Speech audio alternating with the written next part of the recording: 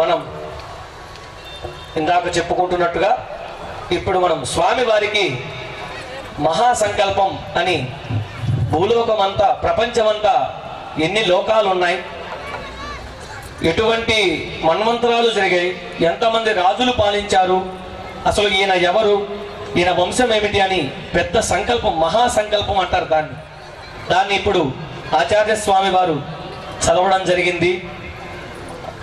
అదేవిధంగా ఆ సంకల్పంలో మీ చేత కొన్ని పలికించాం.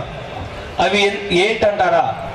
నేను ఇందాక చెప్పిన విధంగా మనందరం అమ్మవారి తరఫు నుండి ఈ కళ్యాణ మండపంలో ఆడపెళ్లి వారిగా ఆ స్వామి వారిని మన అల్లుడిగా భావించి ఈ కళ్యాణాన్ని జరిపిస్తూ ఉన్నాం. ఎందుకంటే ఆ స్వామివారు వరుడుగా విచ్చేసి ఉన్నాడు, వధువు మన కూతురు, స్వామి మన అల్లుడు, అలా భావించి మనం కళ్యాణం జరిపిస్తున్నాం. ఎందుకంటే ఇందాక మీ దగ్గర పలికించారు, మమ దశపూర్వేషాం దశాపరేషాం మధ్వంశానాం మాతృవంశానాం అంటే ఇప్పటికీ కొన్ని ఊర్లలో కొన్ని ఇళ్లలో ఆడపిల్ల పుడితే అయ్యో ఎందుకు పుట్టిందా అనుకునే వాళ్ళు ఇంకా కొంతమంది ఉన్నారు. అది చాలా తప్పు. మన ఇంట్లో ఒక ఆడపిల్ల పుట్టి ఆమెను మనం సంరక్షించి ఆమెను మనం కన్యాదానం చేస్తే చాలా గొప్పదైనటువంటి ఫలితాలు మనకు సంభవిస్తాయి.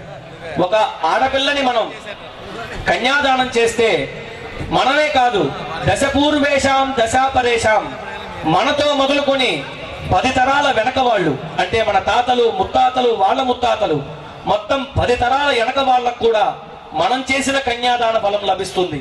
అలానే దశ పూర్వేషాం 10 తరాల ముందు వాళ్ళకి, మన తర్వాత మన కొడుకులు, మన పిల్లలు, మన మనవళ్ళు, 10 తరాల ముందు వాళ్ళకు కూడా మనం చేసినటువంటి